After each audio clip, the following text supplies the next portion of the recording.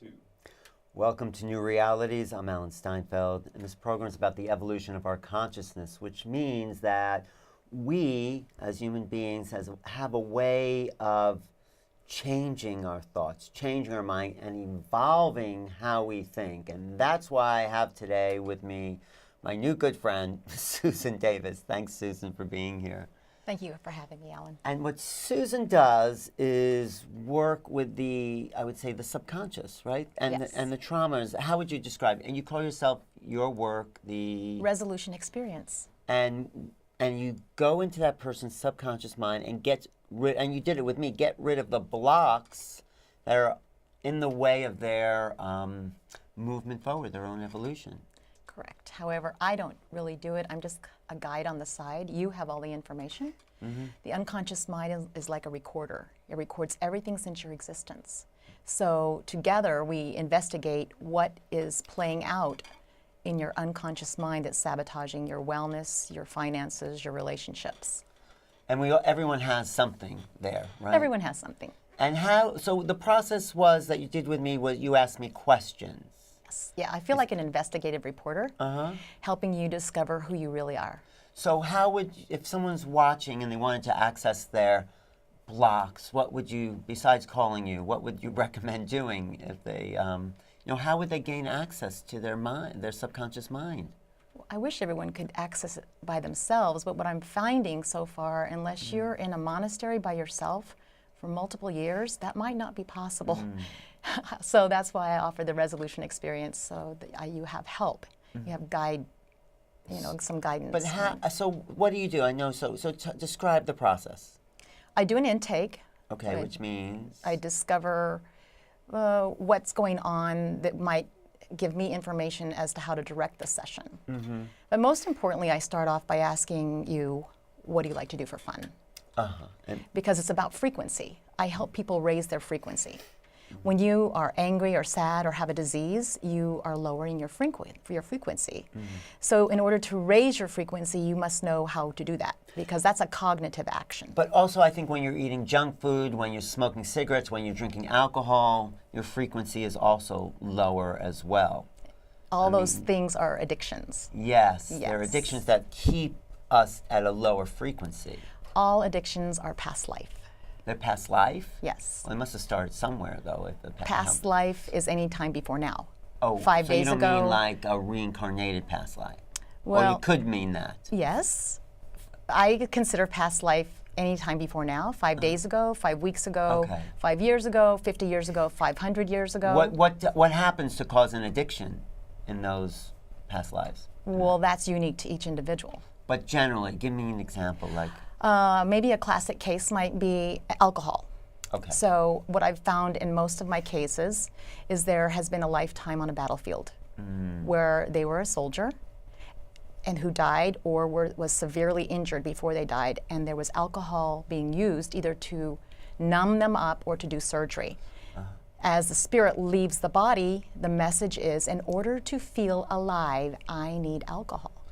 Right. Well, yeah, and then that gets programmed into their subconscious. But what about where there's a family tradition of alcoholism or something? Well, it's all cellular memory. It's genetics. So you do not have to believe in reincarnation. Right. Where'd you get your blue eyes? Well, I guess that's genetics. Right. Yeah. So, but the key in the session you did with me was you said, in order to feel alive, had the belief I have to be like this. I have to suffer. I have to do this. These are like, programs we think we need in order to exist in this, and they're not true. Correct. They're not true. Like, I think the program you did with me, not that it has to be for other people, is that, you went back to the time where my mother was pregnant, and you're saying what's happening with her. And said I felt like she was anxious, and then you said to me, in order for me to feel alive, I have to feel anxious. That was a program. Well, let's back up a minute, because I do not project in the session. Okay. All the information comes from you. That's right. Right? That's right. No, you're right. So this is not a psychic reading? No, I know it's not a psychic reading. I got that impression, and then you fed it back to me. Yes. I gave it back to you in the sense that that was the unconscious behavior or message playing out since before you were born. Right. And I picked that up, that unconscious message, and Bring it to the conscious level. in this process, we brought it to the conscious level. Correct. Because if things are not conscious, as Jung says, they act and direct our action. They direct our actions Exactly. unconsciously. Yes. When we make it conscious, and I did feel a huge relief. Yes. I felt a huge amount of freedom and energetic let go in that process that we did. The resolution experience. Yeah, but you say we are all traumatized. What do you mean by that? Well, I don't like to use the word all, but I would say Okay. that probably most of us have had some type of trauma. Let's just say all. That was okay. No, okay. Let's just make up our own statistics. Yeah. No, but probably most people are somehow traumatized by something in their environment because there's not that many happy, functional, totally present people out there. Right. So, okay, most. So what is that that's happening there with them? It's an unconscious behavior playing out that needs to be brought to the conscious level to be released and let go. And when people are traumatized, like something that happens, war, or life-threatening rape, or gun violence, something, parts of their personality or soul leaves, right? What Well, happens there? that would have to be someone's belief system, and that might be your belief system, so that Well, I no. meet you where you're at. Okay. Okay. But in traumatic situations, people do disconnect from their conscious mind. Yes. And then how do you bring them back? Well, I don't do that. All right, I well- help you figure it out. Okay. So we need to go and investigate it. Okay.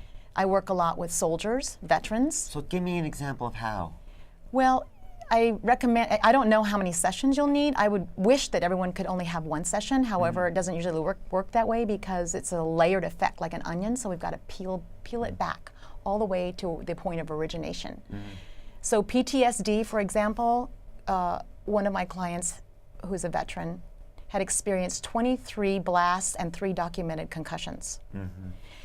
He was suffering from PTSD and not That's functioning post-traumatic stress syndrome. Yeah. Which is, I think, I call it a way the mind, the psyche retreats from the present moment because that's how it's a survival mechanism. well. It is definitely survival. And so, but they're not conscious. And then, of course, the effects of PTSD means that they, like a noise could start a reaction, like a little noise can generate a huge reaction because they're still traumatized from those explosions. So Right. what did you do here with this person? Well, we regressed to several different lifetimes, but the first one that came up for this man was an event that he had when he was 5 years old when he fell out of a tree. But don't you go back to the time that explosion happened with him? Well, you direct the session. Okay, so you asked, so the first thing is you asked this guy, We take the feeling in the body. the feeling then we- being, Maybe he had a headache. He had suffered from migraine headaches for 6 years. okay. So we were targeting the headache. Not the PTSD right away. No. You target the symptom as, okay, I Yes. get it, okay. So we targeted that's what the resolution experience is about, is actually focused. We're targeting the focused trauma or the issue that's presenting at the moment. Okay. So the feeling in the body takes you back because it's cellular memory. Then we discover what it is. Okay. So what happened with this client was he had fallen out of the tree. So he had gotten a This was concussion. after the war and all that. This is before the war. Oh, before the war. Okay. This is when he was 5 years old. Oh, okay. So he had fallen out of a tree, had a concussion. Right. So we brought that from that moment further up to the conscious level where he could release it. How did he do that? How did he release it? If he fell out of a tree and had a concussion and there's some kind of effect, how does someone release it?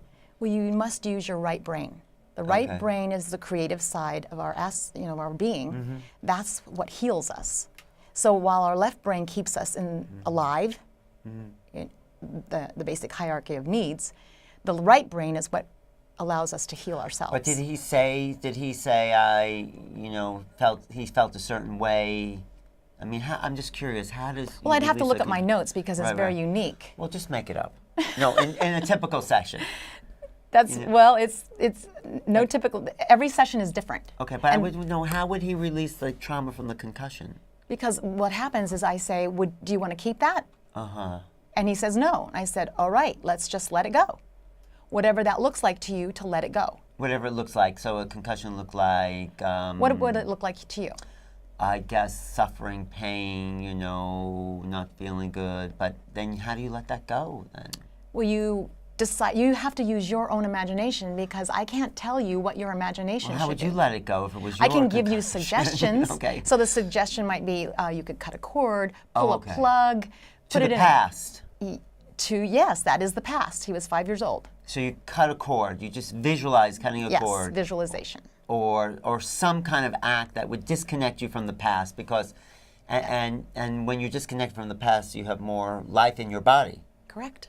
Okay. You're present. Okay. So after 2 sessions with this soldier, he didn't have migraine headaches. This is without any pharmaceutical intervention. Right. And what about the effects of the PTSD from the war? How do you deal with that? I Well, mean, it's all accumulating. Right. It's all layered up. Oh, so you're saying if he didn't have that concussion, the effects of the war might not have been as severe. Yes. I see. Because one thing led to the other, and because that was still unconscious, this war effect amplified that unconsciousness. Exactly. I get it. So then you go through everyone's history in their life and see like where like the beginning of a little thing is like, you know, maybe your mother yelled at you and you tensed your back, and then like 20, 30 years later you have back pain. Yes. And then you go back to, okay, not the pain at the moment, but the pain. Takes you to where it originated. Right. Oh,